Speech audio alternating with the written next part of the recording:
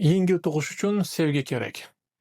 Ko'pchilik aytishi mumkin, erkak kishi bu mavzuni nimaga ko'taryapti deb. Lekin bu mavzu judayam dolzarb mavzu va bizning jamiyatimiz uchun judayam bitta og'riqli holatni ochib beradi. Mani ismim Ravshanbek To'rabekov, man qalbshunos coachman, 7 yillik tajribaga egaman. Minglab insonlarni o'zini tan olib, o'zini qabul qilib, o'zini sevib, yangi ongda, yangi hayotga rivojlanishiga yordam bergan insonman. Yengil tug'ish uchun sevgi kerak mavzusini man bekordan-bekor tanlamadim, chunki insonlar bilan ishlarkanman va asosan ayollar bilan, ayollarning jarayonini ko'rarkanman. Ko'p hollarda menda shunaqa bo'ladiki, so'rashadi, homilador ayollar yoki bola kutayotgan judayam qiynalishadi. Biza turmush o'rtog'imiz bilan shunaqa hayotiy tajribani ko'rdikki, yashab o'tdikki, 3-farzandimiz dunyoga kelishida biza qanchalik yengil tug'ish uchun sevgi muhimligini his qilib oldik. Turmush o'rtog'im bilan birgalikda farzandimizni dunyoga yengil oson birgalikda dunyoga keltirdik. Ya'ni doktorlarsiz, tashqi yordamsiz. Aytgandek, ko'pchilik aytishi mumkin, hozir erkak kishi nimaga bu mavzuni ko'taryapti, bu ayollarning jarayoni. Mana shu yerda ko'pchilik adashadi.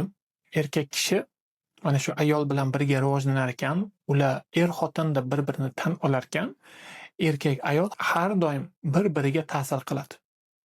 Bir-birini rivojiga. Qanchalik erkak va ayol bir-birini his qilsa, shunchalik bu jarayon yengillashadi. Agar e'tibor bergan bo'lsanglar, yaqin hayotimizda shu oxirgi yillar davomida tug'ruq jarayonida kesareva amaliyotini qo'llash judayam kengayib ketdi, ko'payib ketdi va borgan sari bu narsa ko'payib boryapti. Men oldin bu narsani qabul qila olmas edim. Nega bu narsa ayollarning tabiatiga qarshi? Lekin bu jarayon bo'lyapti. Bu ayollarimiz mana shu tig' ostida farzandini dunyoga keltiryapti. Bu degani ayol kishi deyarli qaysidir ma'noda nogironam bo'lib qolyapti. Ya'ni ayollik funksiyalarini ishlata olmayapti. O'zini oxirigacha ayol his qila olmayapti. Bu degani u ayolligini ham yopadi degan. Bu narsani men oldin qabul qila olmas edim, lekin ya'ni umuman kesarevaga qarshi edim. U qalbshunos coach sifatida keyin shunaqa ma'lumotlar menga ochilishni boshladi va mana shu efirda men bo'lishmoqchiman bu bilan. Kesarevaga umuman olganda tug'ruqqa men nazarimni o'zgartirib berdi. Nimaga bizada kesarevalar soni oshib boryapti?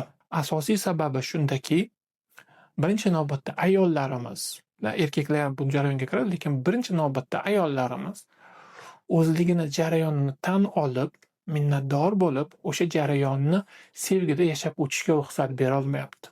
Ularni qaysidir ma'noda ongligi torroq bo'lyapti. Ya'ni ongi ma'lum bir jarayonni tan olishga ruxsat bermayapti. Ular ayollar ko'pincha qo'rquvlarga, har xil ishonchsizliklarga, har xil saroblarga ishonib qolishyapti. Ya'ni ayol sifatida jarayonni tan olib, minnatdor bo'lib, o'sha jarayonda o'zini sevib yashab o'tishga ruxsat bermayapti. Ya'ni ongi tor, qabul qila olmayapti jarayonni. Vaholanki hozirgi dunyoga kelayotgan farzandlarimiz ularni ongi kengroq. Ya'ni kimdir buni aytishi mumkin, yo'q, hozirgi zamon farzandlari umuman quloqsiz yoki qanaqadir ongi unaqa rivojlanmagan deyishi mumkin. Lekin ularni, ya'ni hozirgi farzandlarning ongi juda ham kengroq. Ular biza anglamagan, biza ko'rmagan, biza his qilmagan narsani ular tezroq ko'radi, anglaydi, his qiladi. Faqatgina buni inson anglashi uchun, buni his qilish uchun kattalar farzandlarni kuzatishni bilishi, farzandlarga ishonch bildirishi, bilishi kerak. Lekin ko'pchilik ota-onalar o'zini o'sha qaysidir saroblarida, o'zini talab shartliklarida farzandlarini kuzatishni bilmaydi. Natijada farzandlariga ma'lum bir nom, ma'lum bir talab shartlikka yuklatib qo'yadi va farzandni mana shu ongi kengligini his qila olmaydi. Ya'ni hozirgi tug'ilayotgan farzandlar judayam ongi keng yangi avlod farzandlari. Ya'ni bu haqida siz internetda hozir yangi avlod farzandlari deb bersangiz, juda ko'p yangi ma'lumotlar chiqadi. Chunki yangi avlod farzandlari ongligi shunchalik kengki, ular yangi texnologiyalarni tezroq qabul qiladi, tezroq yangiliklarni hayotiga kiritadi. Eski avlodga nisbatan. Ya'ni eski avlod bu hozirgi biza yashayotgan kattalar. Endi mana shu avlodda ongi tor bo'lar ekan, Bizani ongimiz bizani tanamizdagi holatni ham ko'rsatib beradi. Ongimiz ostida qanaqadir qo'rquvlar, ishonchsizliklar bo'lsa, talab shartliklar, bular tanamizda namoyon bo'ladi. Endi tasavvur qiling, ongi tor ayolda tanasi qanaqa bo'ladi? Tanasi judayam qattiq bo'ladi. Jarayonni qabul qilmaydi. O'zini himoya qilishga harakat qiladi. Ya'ni jarayonga ishonch bildira olmayaptimi? U tug'ruq jarayonida ham yengil, oson sevgida tug'a olmaydi. Qabul qila olmaydi. Ya'ni o'sha farzand o'tadigan a'zolar ochilmaydi yengil oson. Qattiqlashadi, tonus bo'ladi. Mana kim hozir homilador bo'lsa, mana shu jarayonni yashab o'tayotgan bo'lsa, tanasida mana shunaqa qattiqliklar bo'lsa, anglasin. Demak, hozir jarayonni tan ola olmayapman. Ongim torlik qilyapti. Qaysidir o'y-hayollarim, mana qo'rquvlarim, qanaqadir ishonch, saroblarga ishonchlarim mani kichkinalashtirib qo'yyapti, qattiqlashtirib qo'yyapti. Bu degani farzandni dunyoga kelishi qiyinlashadi degani. Farzandimizni ongi keng ekan, mana shu yo'llar torayar ekan. Ayollar tanasi torayar ekan. Ongi keng farzandni dunyoga kelish uchun kesaryodan qo'llanilyapti. Ya'ni bu qalbshunos sifatida mani fikrim. Ya'ni men doktor emasman. Ya'ni doktorlarga agar borsangiz, nimaga kesaryo qilyapti desangiz, ular mingta boshqa o'sha tibbiy asoslarni asoslab beradi. Lekin qalbshunos sifatida insonning ichki holatlaridan kelib chiqadigan bo'lsangiz, aynan mana shu holat, ya'ni bizani ayollarni birinchi navbatda ongi torligi, farzandlar esa ongi kengligida bilan tug'ilayotgan.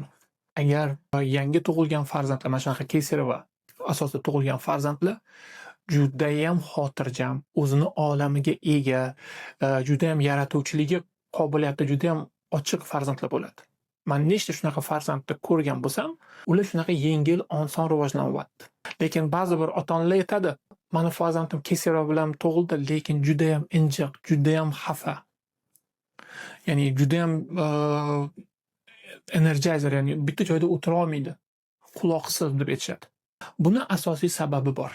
Ayol kishi mana shu kesaryo qilar ekan, u qo'rquvdan qiladi, ya'ni jarayonini tan olmasdan qiladi. Juda katta ichida talab shartlikdan qiladi. Balki kimgadir alamdan qiladi. Ya'ni men o'zimni mana qiynayapman dunyoga farzandni keltirish uchun. Ya'ni aybdorlik, talab shartlikda farzandni dunyoga keltirar ekan, farzand keyinchalik mana shu injiqlik orqali, mana shu quloqsizlik orqali yoki qanaqadir boshqa jarayonlar orqali u onasiga shartsiz sevishi, sevgini ko'paytirishi, ongi kengayishini olib keladi. Agar ona mana shunaqa holatda o'zini sevib olsa, ya'ni kesaryodan keyin ayollar o'zini ayol his qilmaydi ko'p ayollar. Ya'ni bu degani talab shartligi oshadi degani o'ziga nisbatan. Bu talab shartlik albatta farzandlarga bo'ladi. Lekin o'sha kesaryodan keyin ayol kishi o'zini sevib olsa, o'zini tan olsa, o'ziga minnatdor bo'lsa, va farzandlari ham juda yengil, oson rivojlanadi. Ya'ni o'zini namoyon qilish yengillashadi. Lekin talab shartlik bo'lar ekan, onada sevgi yetmas ekan, u kesaryoda tug'ilsa ham, ya'ni qaysidir ma'noda bu kesaryo yengilroq tug'ish. Natijada sevgi yetmaganda baribir farzand bilan munosabat og'irlashadi. Farzand o'zini sevgi olish uchun, ayol o'zini ayol his qilish uchun jarayonlarni yaratib beradi. Men bu videoda kesaryoni tarafdori emasman. Ya'ni kesaryo ham bu bitta yo'l farzandlarni dunyoga keltirish. Unga qarshi ham emasman, hozirgi kunda uni qabul ham qila olmayman. Ya'ni har bitta ayol o'zini ichki holatdan kelib chiqib, tan olib, harakat qilish kerak bo'lgan jarayon. Ya'ni har bitta ayol o'zi belgilaydi qanaqa yo'l bilan rivojlanishi. Lekin tug'ish uchun, farzandni dunyoga keltirish uchun juda ko'p ayolni sevgisi kerak bo'ladi. Va qanchalik bu sevgi bo'lar ekan ayolda, u yengil, oson farzandini dunyoga keltiradi. Aytganimdek, erkak kishi bu mavzuni nega ko'tardi deganlar uchun yana bir alohida aytib ketaman. O'zimni tajribamdan aytaman. Ayol kishi har doim his-tuyg'u bilan yashaydi. Va ma'lum bir og'riqlar bo'lganida ayol kishi o'zini yo'qotib qo'yadi. O'zini tan ola olmay qoladi jarayonini. Va shu paytda agar erkak kishi ayol kishini og'rig'iga kirsa, jarayon og'irlashadi, qiyinlashadi. Chunki erkak kishi og'riqdan o'zini erkakligini isbotlashni boshlaydi. Ya'ni mehrini bera olmaydi, asosiy kuchini. Bizda shunaqa jarayon bo'lgan ediki, tug'ruq jarayonida tayyorgarlik ko'rganmiz. Ham ruhiy, ham moddiy, ham psixologik turli yo'llar bilan tayyorgarlik ko'rganmiz. Lekin tug'ruq boshlanganda shunaqa tezlashib ketgan jarayon, biz o'zimizdan yo'qotib qo'yganmiz. Va birinchi navbatda ayolim, chunki u narsani ular oldin 2 marta tug'gan bo'lsalar ham, birinchi, ikkinchi tug'ruqlari ularni qoniqtirmagan bo'lsa ham, juda og'riqli o'tgan bo'lsa ham, uchinchisiga yengil tug'ishga tayyorgarlik ko'rgan bo'lsalar ham, lekin butun olgan bilimlari, butun olgan o'sha tajribalari bir vaqt o'zi yo'q bo'lib ketayotgandek bo'ldi. Va ular xavotirga tushishni boshladilar. Og'riq kelganda, to'lg'oq paytida asabiylashishni boshladilar.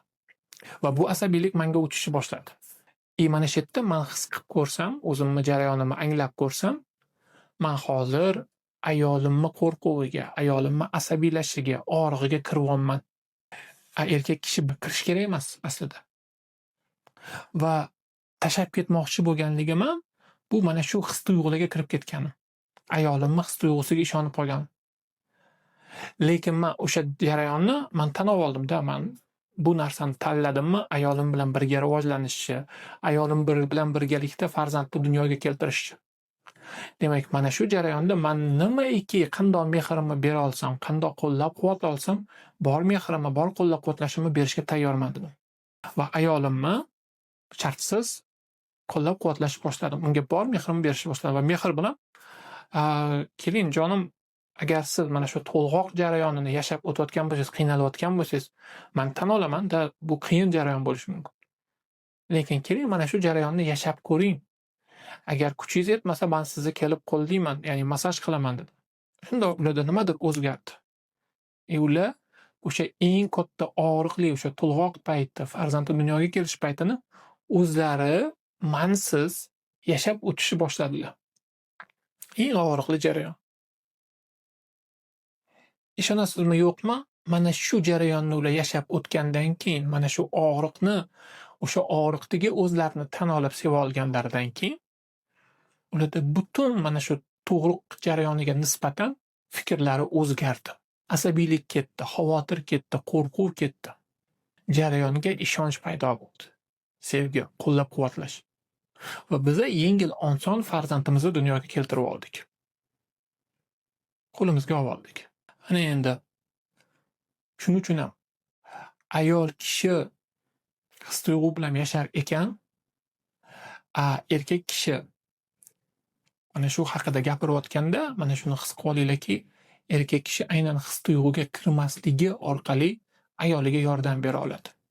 Agarda siz turmush o'rtog'ingiz bilan mana shu mavzuni ko'tarmas ekansiz, mana shu mavzuni gaplashmas ekansiz, o'zingizni his tuyg'ungizni ichingizga yutar ekansiz yoki qo'rquvlaringiz orqali gaplashar ekansiz turmush o'rtog'ingiz bilan. Turmush o'rtog'ingiz ham mana shu jarayonga kirib ketishi mumkin. Shuning uchun tug'ruq jarayoniga albatta erkak va ayol birgalikda tayyorlanishi kerak. Lekin birinchi navbatda bu ayol kishi o'z ustida mana shu yashab o'tishga tayyorligini tan olib, o'sha jarayonga minnatdor bo'lib, o'sha jarayonga sevgiga aylantirishini his qilib olish kerak. Mana shunda bu jarayon yengil oson bo'ladi. Farqi yo'q, u tabiiy tug'adimi yoki kesarov orqalimi.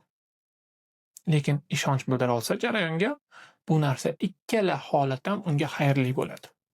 Agarda siz o'zingizni jarayonlaringizni chuqurroq tan olmoqchi bo'lsangiz, aynan shunga o'xshash tug'ruq yoki erkak ayol munosabati yoki o'zingizni qanaqadir ruhiy jarayonlaringizda qaysidir o'tmishdagi og'riqlaringizni chuqurroq tan olib, uni sevgiga aylantirmoqchi bo'lsangiz, sizni mening javobim Telegram kanaliga taklif etaman. U yerda ochiq dostupda juda ham ko'p kurslar bor. Ruhiy rivojga bog'liq. Siz o'tda o'zingizni tajribalaringizdan kelib chiqib, sizga xizmat qiluvchi yangi bilimlarni olishingiz mumkin. Va shuningdek, o'tda juda ham ko'p ochiq efirlar bor. Turli xil mavzularda, turli xil savollarga javoblar bor. Mening javobim Telegram kanaliga o'ting va biz bilan birga rivojlaning.